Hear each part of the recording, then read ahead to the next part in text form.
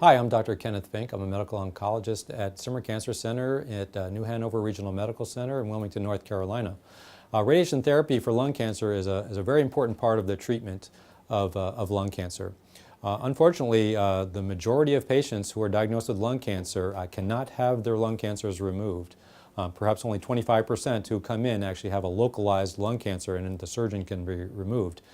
Unfortunately, for the other 75%, their disease is a bit too advanced, but it may be that the tumor is still confined to the lung. In that case, the radiation therapist is often called on to try to eradicate the lung cancer.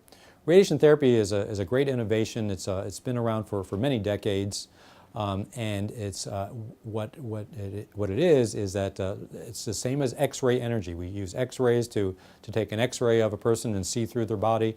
Radiation energy, when concentrated, can actually be used to destroy cancer cells. Cancer cells are dividing, and they need DNA duplication and doubling to do that and to survive. And radiation energy will go right into such a cell, a cancer cell that's trying to divide, and will destroy it. It'll destroy it by attacking the DNA and by killing the cancer.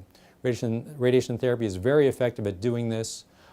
In lung cancer in particular, it's the standard treatment for a patient with stage 3 lung cancer, meaning a patient whose cancer is confined to the lung, but has involved the lymph nodes, and the surgeon can't remove it.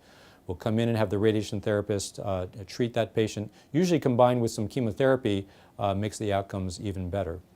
Radiation therapy is pretty simple to administer. Patients are usually lie down on a particular table, much like an X-ray table, and their particular area or a site of a tumor is isolated, and the radiation energy is delivered from a painless electrical source right in the doctor's office. The whole procedure per treatment takes about a minute or so.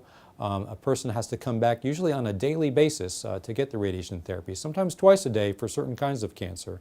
For example, small cell lung cancer, a rare kind of lung cancer, is often treated with twice a day radiation.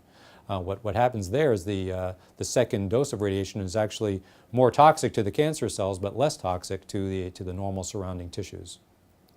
So radiation therapy is a very important part of the treatment of lung cancer. A general course of it takes about 4 or 5 weeks in a row. So a person does have to set aside a little time each day, but usually after each treatment, that person can go right back to work or whatever they have to do that day and have a normal day.